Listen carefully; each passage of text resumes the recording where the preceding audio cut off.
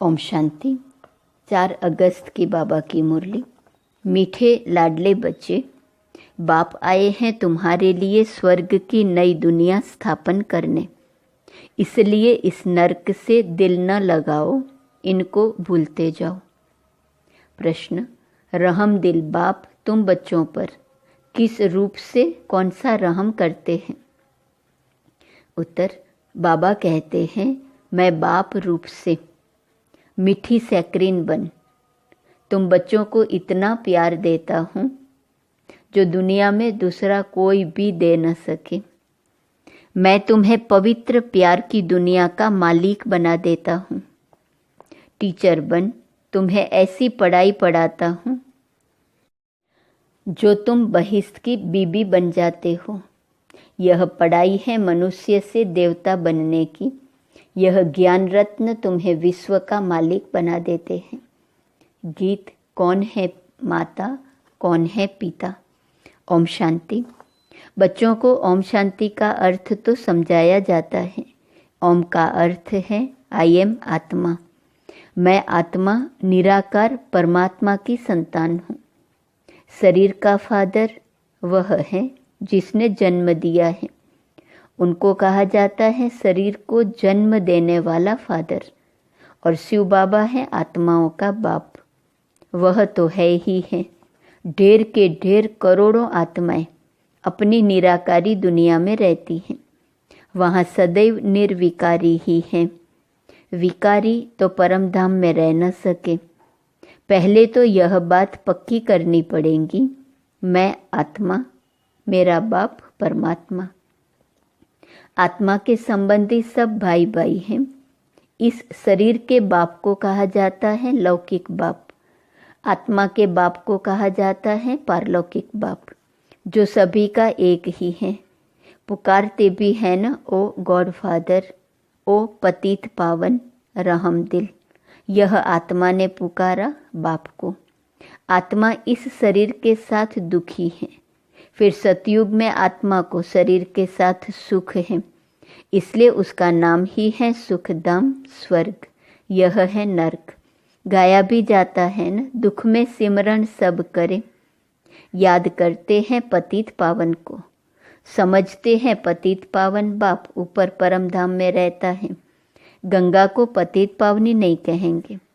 गंगा को तो इन आँखों से देखा जाता है। निराकार बाप को अथवा आत्मा को नहीं देखा जा सकता। परमपिता परमात्मा प्राणदाता जो दिव्य चक्षु विधाता है, उनको कहा जाता है ओ गॉड फादर क्रिएटर। अच्छा, फिर मदर कहाँ से आई?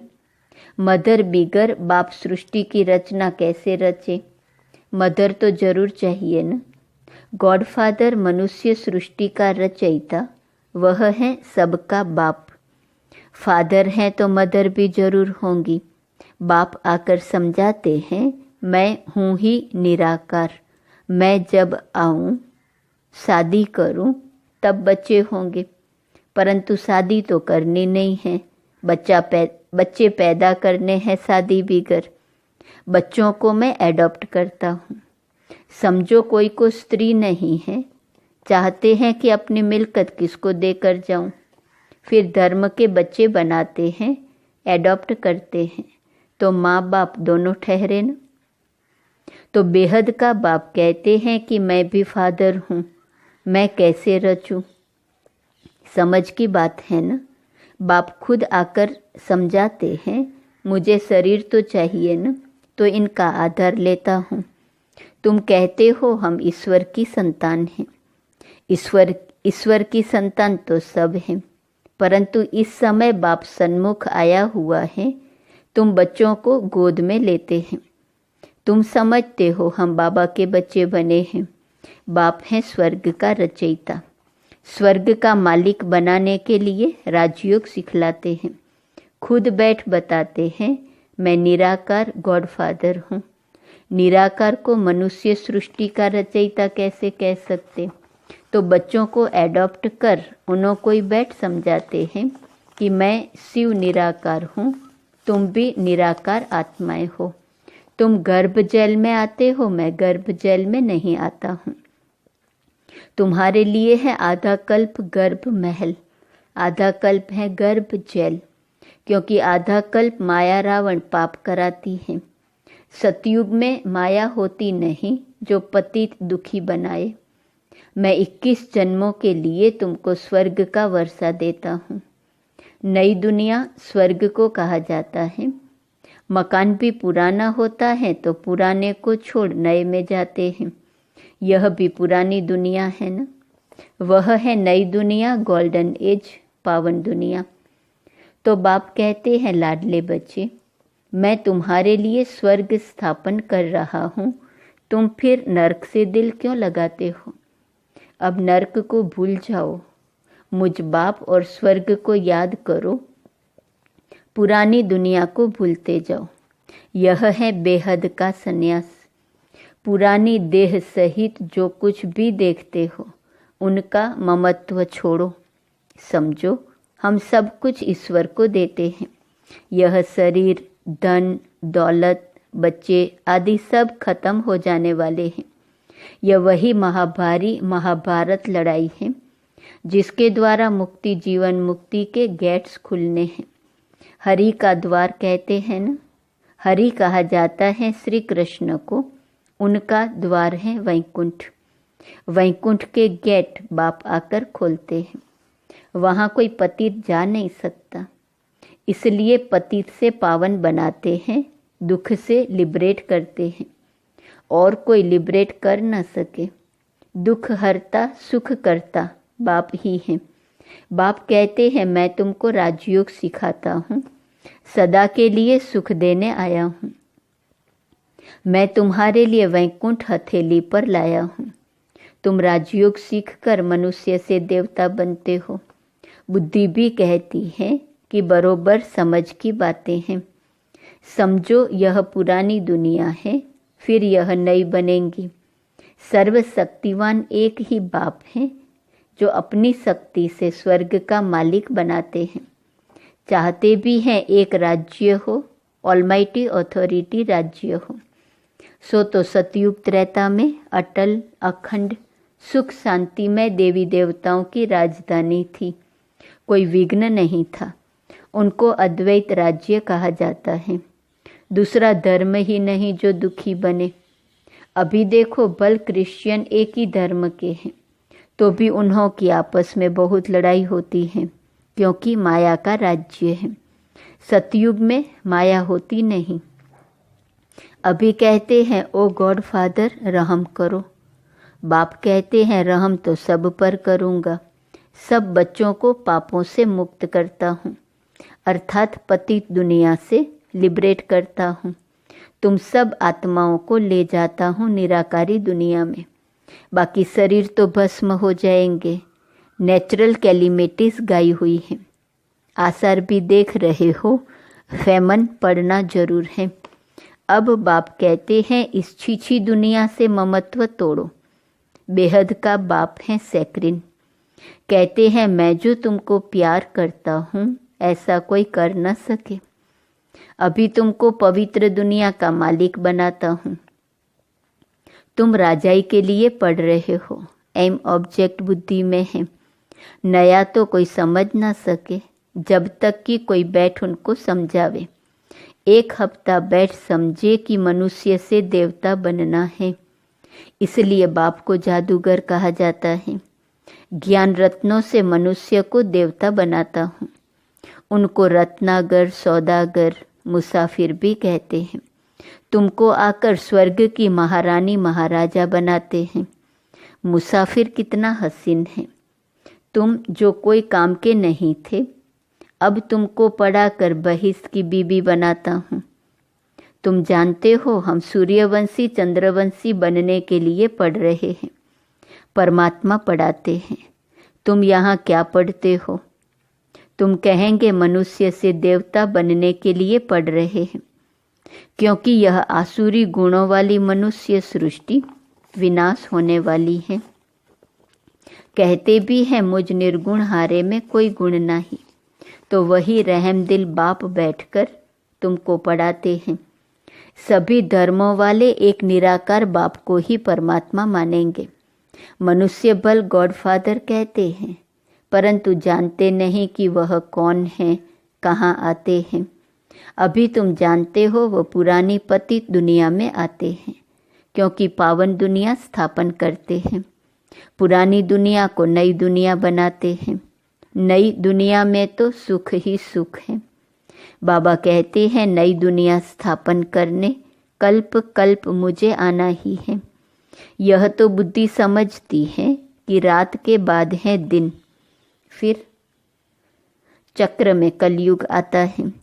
कलयुग के बाद फिर सतयुग जरूर होगा ना। तुम बच्चों को कहा ही जाता है स्वदर्शन चक्रधारी। आत्मा जानती है मैं 84 जन्म कैसे लेती हूँ। कोई मनुष्य को सदगति दे न सके, मैं ही आकर समझाता हूँ। हम तुमको पतित से पावन बनाते हैं। योग बल से तुम विश्व पर जीत पाते हो। बाप है सर्वशक्तिमान। बाप से तुमको बेहद का वर्षा मिलता है।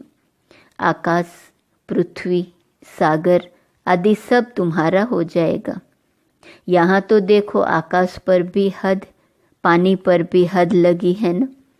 कहते हैं हमारे पानी के अंदर तुम नहीं आओ। तुम तो वहाँ सारे विश्व पर राज्य करते हो ना। स्वर्ग तो फिर क्या, स्वर्ग को भूल नहीं सकते। मनुष्य जब मरते हैं तो कहते हैं स्वर्गवासी हुआ, परंतु स्वर्ग है कहाँ, जरूर नरक है ना। यह है ही हेल। सब मनुष्य दुखी हैं, सब पतित हैं। यह राज्य ही रावण का है, जिसको जलाते रहते हैं परंतु जलता ही नहीं है। रावण को 100 फुट लंबा बनाते हैं और बढ़ाते रहते हैं। दिन प्रतिदिन लंबा करते रहते हैं, परंतु समझते नहीं हैं। यह समझ की बातें हैं। यहाँ देखो मुरली चलती है तो फिर टैप में भरी जाती है, क्योंकि गोपिकाएं मुरली बिगर रह न सके। तो यह प्रबंध है। मुरली बिगर तो तड़पते हैं, क्योंकि यह मुरली है जीवन हीरे जैसा बनाने वाली। यहाँ बाबा पढ़ाते हैं जो मुरली फिर लंदन अमेरिका तक जाती है। बच्चे सुनकर बहुत खुश होते हैं। गाया हुआ है गोपिकाएं मुरली बिगर रह नहीं सकती थी। यह नॉलेज गॉडफादर ही सुनाते हैं। मुख्य एक बात समझानी है कि यह हमारा बेहद का बाप है। इनसे स्वर्ग का वर्षा मिलता है। आत्मा कहती है मेरा बाप परमात्मा है, वह आत्माओं को पढ़ा रहे हैं। ऐसा और कोई कह न सके कि मैं परमात्मा तुम आत्माओं को पढ़ाता हूँ। ऐसे भी नहीं कहेंगे कि मैं परम आत्मा नॉलेजफुल हूँ। तुम बच्चों को बहुत अच्छी रीति समझाया जाता है, परंतु सबकी बुद्धि एक रस तो नहीं होती है। कोई की सतो प्रधान बुद्धि है, कोई की सतो रजो तमो। इसमें टीचर क्या करेंगे? टीचर कहेंगे पढ़ाई पर पूरा अटेंशन नहीं देते थे। गॉड फादर है नॉलेजफुल।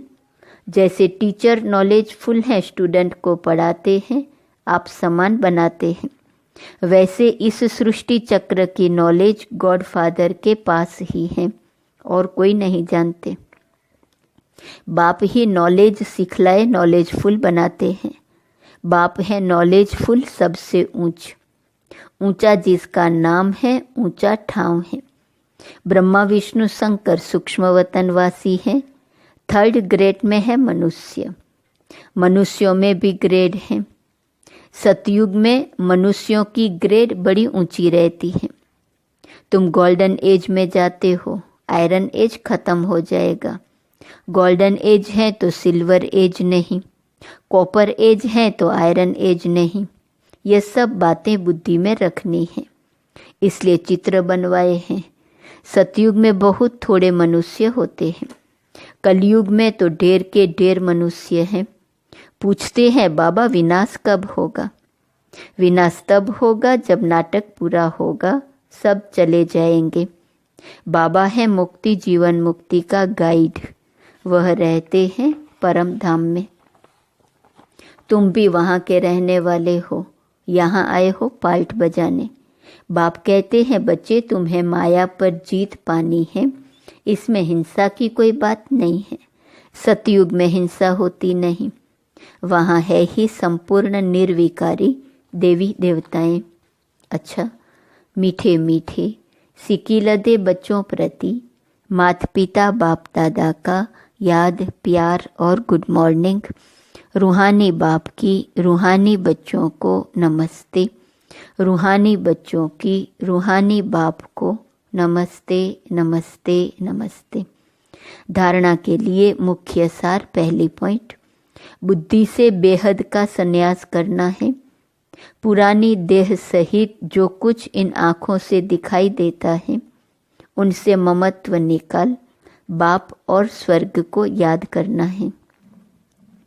दूसरी पॉइंट, पढ़ाई को अच्छी रीति धारण कर बुद्धि को सतो प्रधान बनाना है। मुरली ही पढ़ाई है, मुरली पर बहुत बहुत ध्यान देना है। वरदान, भाग्य की नई नई स्मृतियों द्वारा पुरुषार्थ में रमणीकता का अनुभव करने वाले मन दुरुस्त भव। ब्राह्मण जीवन में लास्ट जन्म होने के कारण शरीर से चाहे कितने भी कमजोर या बीमार हैं, लेकिन मन सबका दुरुस्त है, उमंग उत्साह से उड़ने वाला है। पावरफुल मन की निशानी है सेकंड में जहाँ चाहे वहाँ पहुँच जाए। इसके लिए सदा अपने भाग्य के गीत गाते उड़ते रहो। अमृत वेले से भाग्य की नई नई बातें स्मृति में लाओ। कभी किसी प्राप्ति को सामने रखो, कभी किसी प्राप्ति को, तो पुरुषार्थ में रमणीकता आ जाएंगी। बोर नहीं होंगे, नवीनता का अनुभव करेंगे। स्लोगन, आगे पीछे सोच समझकर हर कर्म करो तो सफलता प्राप्त होती रहेंगी। आज का स्वमान है, मैं बिंदु रूप हूँ। अव्यक्त इशारे की पॉइंट 4 अगस्त, कोई भी कार्य करते व बात करते बीच बीच में संकल्पों की ट्रैफिक को स्टॉप करो। 1 मिनट के लिए भी मन के संकल्पों को, चाहे शरीर द्वारा चलते हुए कर्म को बीच में रोक कर भी यह प्रैक्टिस करो, तब बिंदु रूप की पावरफुल स्टेज पर स्थित हो सकेंगे। जैसे अव्यक्त स्थिति में रह कार्य करना सरल होता जा रहा है, वैसे ही यह बिंदु रूप की स्थिति भी सहज हो जाए। ओम शांति।